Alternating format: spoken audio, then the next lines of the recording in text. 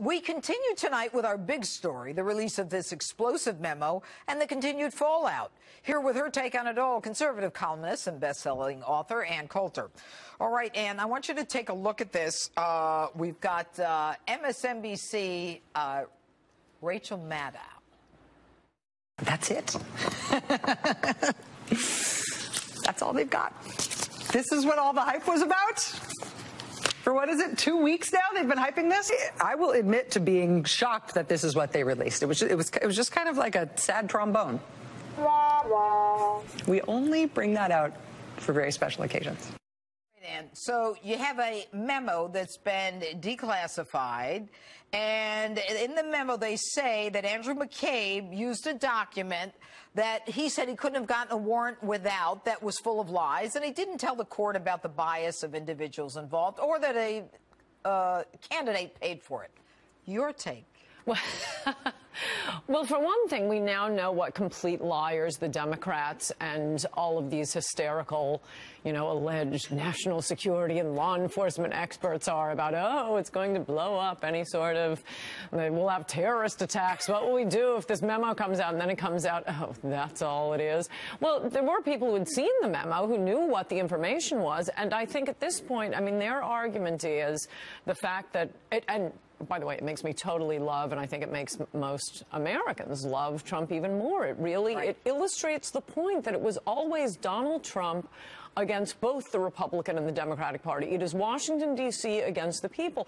And when you see the way high-level officials, not, as everyone has said, the rank and file, but high-level officials at the FBI were using documents funded by the Hillary campaign, someone who hated Donald Trump and didn't want him elected. And by the way, who started the whole Russia investigation? I don't think a big enough point has been made of this. It was Peter Strzok.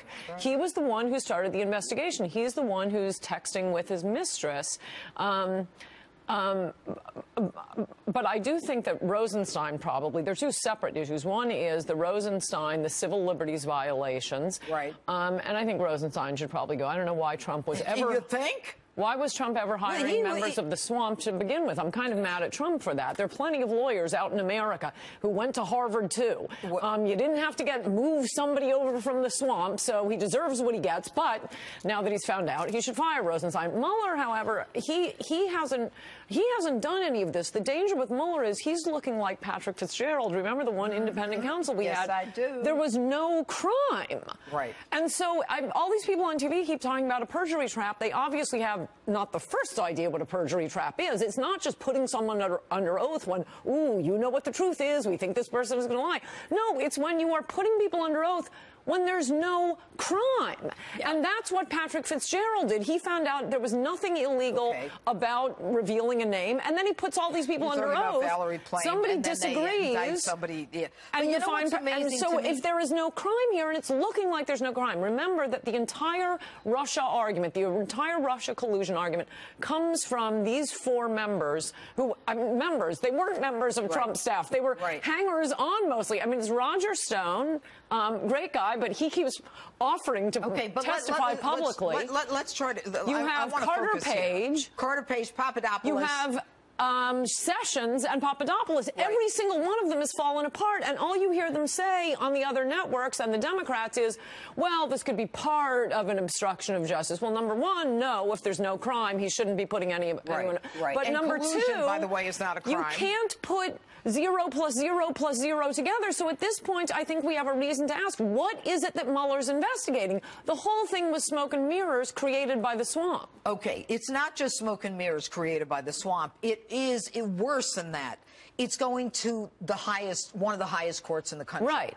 And I would think that the judge up there, because look, if someone came to me, a cop came to me and said, hey, Judge, I want a warrant, I'd put him under oath, he swears to this and that, and he's pulling the wool over my eyes, I'd have his badge. That's the end of it. You don't do that. How is the judge and the court tolerating this? And how is, if you got James Comey going in for an extension on the warrant after he's just told the president's unverified, then how do you go before a judge and get an extension on an even higher level of probable cause? And Rosenstein himself. No, but the civil liberties issues, I do think, are different from the Russia collusion story by itself. Right.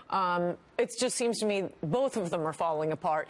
And the argument that is being made on the other side is, oh, no, the sleazy, unverified dossier, that was just one of lots of evidence. That's why it's out of context. It's out of context. So, okay, can't the president declassify the entire thing? I think he ought to. He can, but you know, I think he's worried about making interjecting himself in this. No. But see, here's the thing. This is corruption. If they had other evidence that supported the wiretap, why put in the dossier that's full of lies? If you really had other evidence, why is the dossier? Why did Andrew McCabe swear that it was it? And also, I think very importantly, why hasn't why are you bothering with the Manafort stuff and the little cheap stuff if they have proof that Carter Page was conspiring on behalf of Donald Trump to inject millions of dollars into the campaign? Well, we would have indicted the president already. Well, but here's the thing. Carter Page is walking around because he hasn't done anything, apparently.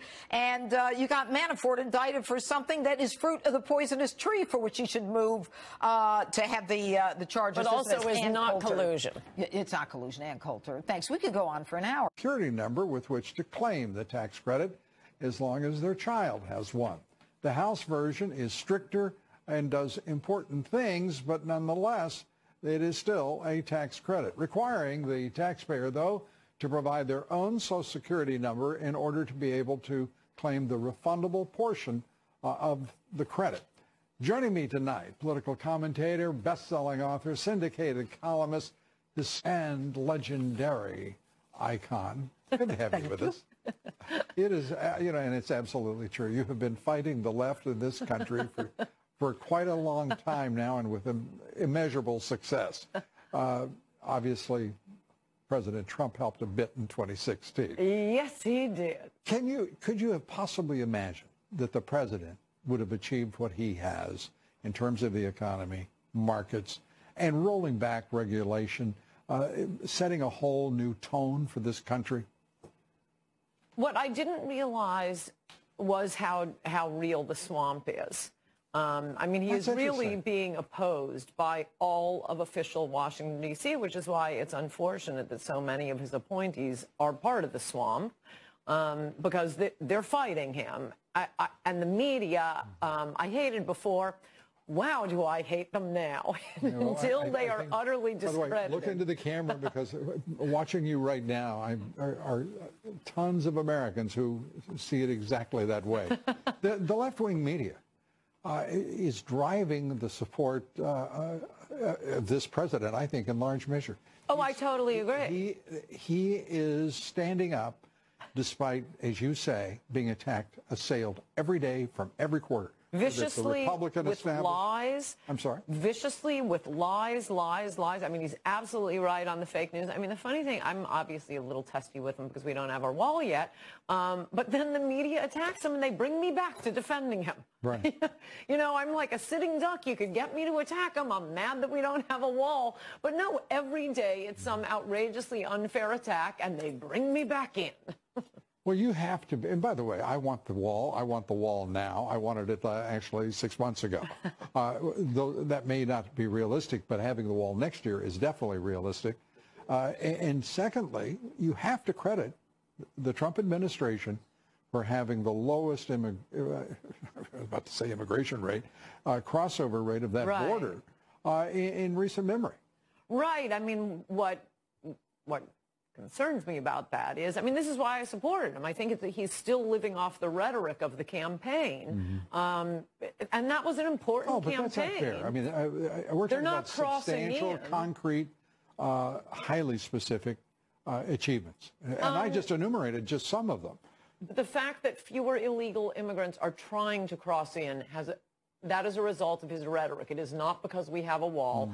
He is allowing ICE to do their job. But all of the things that we like that's happening, it goes away like that with the next president. Only a wall is forever. That's that's what people were chanting. Did I just hear you hold him not only accountable for his campaign promises to the American people, but for the next 3 or 4 presidents, say, as well? Oh, for the next millennium. Yeah, well, I think he's making a pretty good run at it, because he has reversed the course under, you may remember Barack Obama, We were looking into the abyss of that man's leadership. No, I think that's part of the reason for the hysteria from the left, from the media, from the deep state, from the swamp. Yeah. They were just about to tip the country. They almost had it. That's why do you 4 think more that they years of illegal immigrants and legal immigrants, and the entire country would be the state of California. They could taste it. They were so close. Republicans would be gone, gone, gone.